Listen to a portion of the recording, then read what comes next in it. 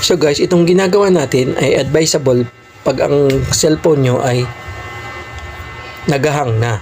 At pwede rin ito sa lahat ng cellphone basta nagahang at saka nalimutan nyo yung password.